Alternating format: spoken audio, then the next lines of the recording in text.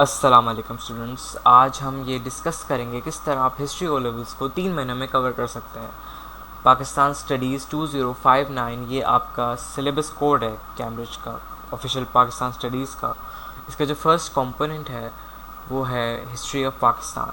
मैं जोग्राफी के ऊपर भी एक वीडियो बहुत जल्द बनाऊंगा, बट फर्स्ट मैं हिस्ट्री को डिस्कस कर लूँ as many of the kids are facing difficulties in this subject particular. तो मैंने मेरा ए स्टार था अल्हम्दुलिल्लाह इस सब्जेक्ट में। और मैंने कैसे किया, फ़र्स्ट ऑफ़ ऑल मैंने कोई कोचिंग कोई ट्यूशन नहीं लिया था। मैंने सिर्फ कुछ स्पेशल टिप्स को फॉलो किया था जो मैं आपके साथ आज शेयर करूँगा। और it was one of the easiest ways मैंने ये ग्रेड्स अचीव किए सिर्फ 3 महीनों के अंदर पढ़ के। सही है, तो शुरू करता हूँ।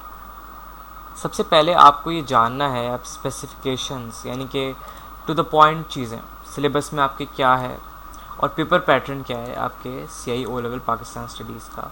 देखें, जब कैम्ब्रिज जब भी कोई सब्जेक्ट देता है अपनी ऑफिशियल वेबसाइट पे, तो वो सबसे पहले ये उसका सिलेबस अपनी वेबसाइट पर डालता है, सिलेबस डालता है और उसकी इंडोर्स बुक्स डालता है कि आप उस एग्ज़ाम की किस तरह प्रिपरेशन कर सकते हैं। आप ऑफिशियल वेबसाइट पर जाएं और लिखें PST, ये अगर ये वर्ड्स लिखेंगे आप PST 2059, तो ये आपको सिलेबस भी दे देगा, उसके साथ पास पेपर्स वगैरह भी दे देगा। तो और आपको जो सिलेबस जिस ईयर का सिलेबस चाहिए, इफ़ योर 2023 में अगर आप जो हैं वो देंगे एग्ज़ाम्स, तो उसका सिलेबस आपको उसी वेबसाइट से मिल जाएगा। First you need to follow the syllabus, this is your first tip number 1, okay, that you need to follow. तो so the second tip I wanna share you guys is the ये ऐसी tip है जो बहुत सारे बच्चे जो हैं फेल कर जाते हैं इसको फॉलो करने में।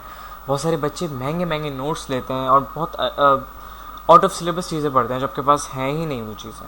जैसे मैंने बोला कि आप सिलेबस देखेंगे तो उसमें आपको कुछ टॉपिक्स होंगे जो आपको कवर करने पड़ेंगे, बट कैम्ब्रिज जो है जब वो सिलेबस देता है तो उसके साथ वो रिसोर्स बुक्स भी देता है। यानी कि कैम्ब्रिज वो ख़ुद इंडोर्स करता है। यानी कि जब आप वेबसाइट पे जाएंगे PST 2059 की, तो उसमें आपको इंडोर्स बाय कैम्ब्रिज की बुक्स होंगी। मैंने सिर्फ 2 बुक से पढ़ा है। This is your main course book, the history and culture of Pakistan, Nigel Kelly, आपके ऑथर है Nigel Kelly. This is your course book, this is your main book, and this is your reference book. अच्छा, reference book अगर आप एक book से भी पढ़ो तो काम हो जाता है, लेकिन मैंने रेफरेंस बुक से पढ़ा है। यानी कि एक बच्चा जो है ये most of the syllabus cover कर लेता है, लेकिन ये जो बुक्स हैं जैसे कि आपके सेक्शन 3 रिलेशंस वगैरह वो इस बुक से कवर हो जाएंगे। तो इस बुक को जो है ये बुक सपोर्ट करती है। This would be your first priority and this would be your second priority. तो आपको बस ये 2 बुक्स चाहिए, आपको कोई नोट्स की ज़रूरत नहीं है। You just need to use this 2 books for a better grade, that's my choice. Don't study from notes. ज़्यादा महंगे महंगे नोट्स लेके बड़े बड़े टीचर्स जो नाम है उनके नोट्स लेके पढ़ने से कुछ नहीं होता है। वो सिर्फ आपके माइंड को क्लॉक करते हैं। इतनी सारी चीज़ें, ये वैसी एक तरह से लेंदी आपका कोर्स है। आप महंगी महंगी रिसोर्सेज से पढ़ोगे, महंगे महंगे कोचिंग्स लोगे और आपको कोई फ़ायदा नहीं होगा। ये मेरा अपना खुद का जैसे मैं कैम्ब्रिज स्टूडेंट रहा हूँ और मैंने भी पढ़ा है, तो इसलिए मैं आप लोगों की हेल्प करना चाह रहा हूँ इसमें। सही है। तो तीसरा पॉइंट ये है पास पेपर्स रीड करना।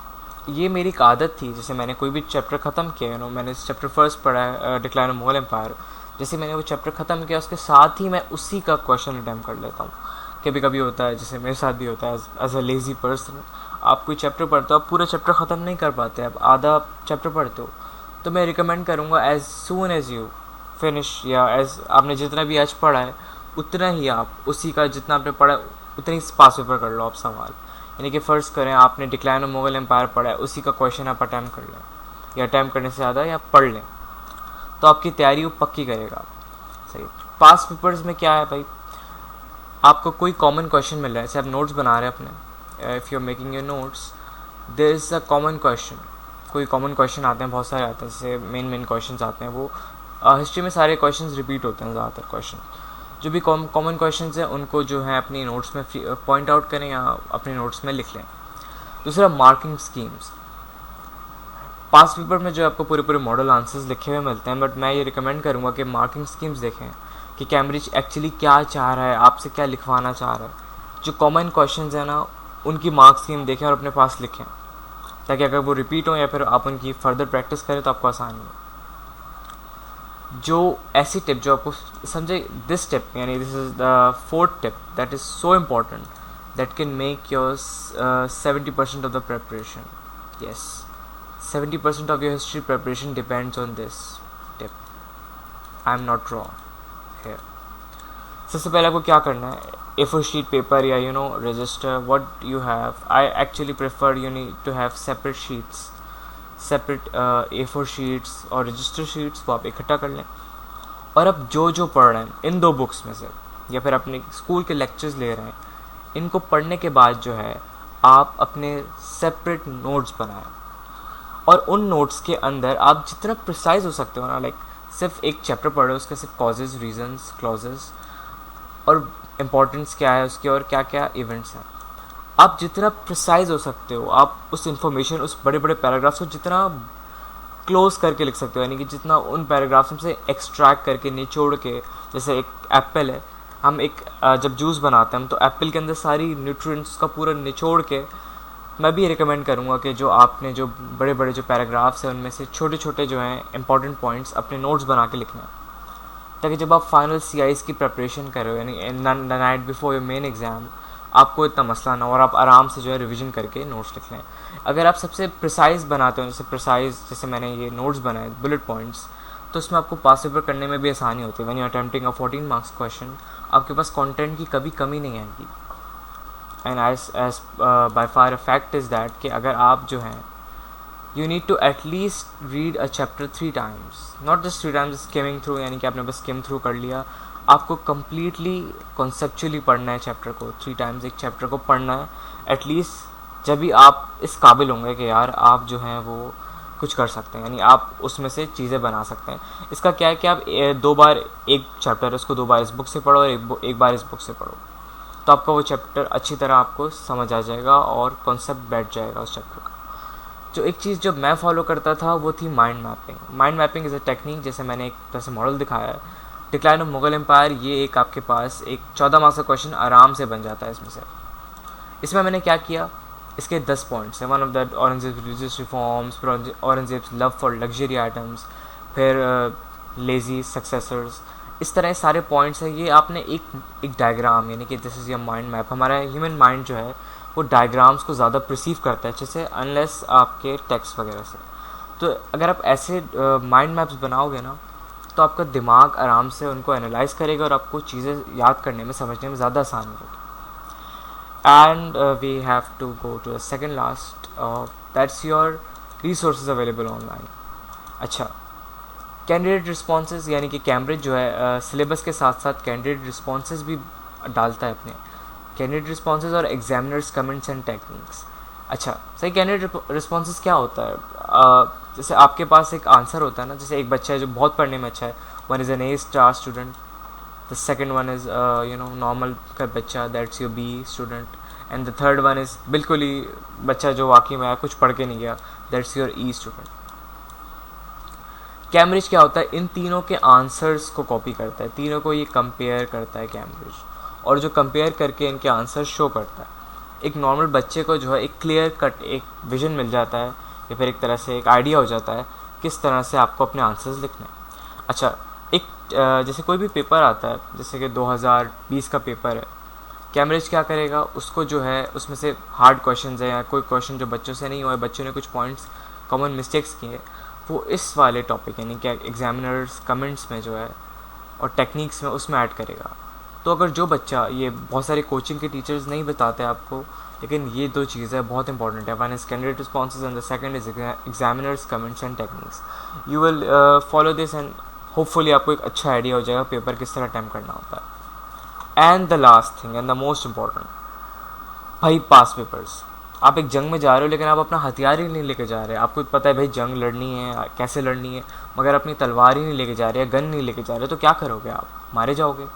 जो बच्चा पास पेपर नहीं करता, वो बच्चा समझो तैयारी तो करता है, लेकिन उसको किस तरह इंटरप्रेट करना है वो कैसे करता है, वो नहीं कर सकता। और कुछ बच्चे होते हैं यार, वो पास पेपर पढ़ लेते हैं, वो रट्टा मार लेते हैं।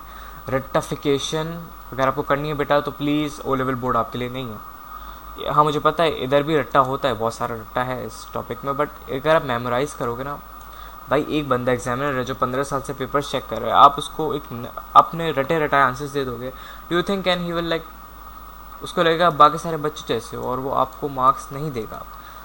तो सबसे पहले आप टॉपिकल पास पेपर्स करें, you have to do topical past papers CIO levels के, यानी हिस्ट्री के टॉपिकल पास पेपर्स करो। अच्छा दूसरा, do not memorise answer from rush spot past papers.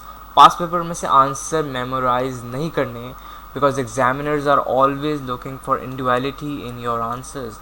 Examiners always want different answers, भाई डिफरेंट आंसर्स लाओ, different words लाओ, तो आपके आंसर्स माने जाएंगे।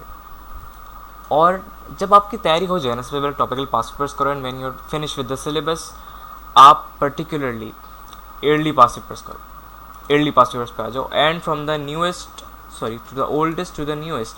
अच्छा क्या सीन होता है, जैसे 2000 आई वुड सजेस्ट, आपका सिलेबस चेंज हुआ था 2010 में या 15 में हुआ था सिलेबस चेंज, 2015 टू 22 ऑनवर्ड्स करो आप, 2015 से 22 ऑनवर्ड्स चलो। क्यों चलोगे ऑनवर्ड्स, क्यों? क्योंकि जो है बहुत सारे सवाल रिपीट होते हैं, and when you skimming through, आप 2015 करते हो, 16 करते हो, कुछ कुछ सवाल रिपीट होएगा और आपको आहिस्ता आहिस्ता अंदाज़ा होगा कि यार आप कुछ मिस नहीं करोगे, आपकी मोटिवेशन बनी रहेगी, and by the end of आपके एग्जाम से पहले आप 22 पास पेपर सॉल्व कर लोगे। एटलीस्ट मैं ये कहता हूँ कि 5 साल के पास पेपर सबसे बेस्ट हैं, यहाँ से शुरू करो और आप सब कुछ कवर कर लोगे। सो या these were some main tips. हम इसको दोबारा रिकॉल करते हैं। सबसे पहले सिलेबस जाओ, कैम्ब्रिज की वेबसाइट पर जाओ, सिलेबस निकालो, उसकी जो मेन इंडोर्स बुक्स हैं, one is the Nigel Kelly history and culture of Pakistan, second is Pakistan history culture and government by Nigel Smith.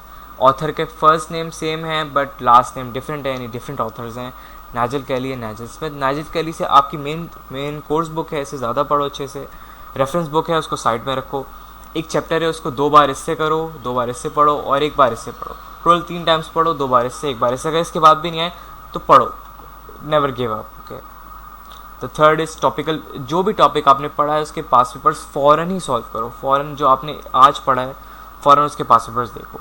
दूसरा, अपने खुद के नोट्स बनाओ, जितने प्रिसाइज, जितने आराम से ईजी टू रीड और मैनेजेबल नोट्स होते हैं, नोट्स बन सकते हैं, बनाओ भाई। और रफ है, राइटिंग अच्छी नहीं है, नोबडी केयर्स, ग्रामेटिकल मिस्टेक्स कोई भी नहीं देखता। इस तरह से माइंड मैप बना सकते हैं, इट्स एक तरह से आप लोगों के लिए एक मॉडल हो गया ये। फिर जो भी रिसोर्सेज यानी कैंडिडेट रिस्पॉन्सेज कैम्ब्रिज की वेबसाइट पे हैं, या comments and techniques, examiners comments, and the last one is past papers. Memorise नहीं करेंगे आंसर्स को, रट्टा नहीं मारेंगे। और लास्ट बट नॉट लीस्ट, जब आपकी सारी तैयारी हो जाए तो oldest to newest past paper करें। If you follow these tips I am sure you will, I am guaranteeing you an A for history. Okay, I am guaranteeing you this. मैं बहुत जल्दी जोग्राफी में भी बनाऊंगा video, just let me know आपको कैसी लगी, and I love feedbacks from you.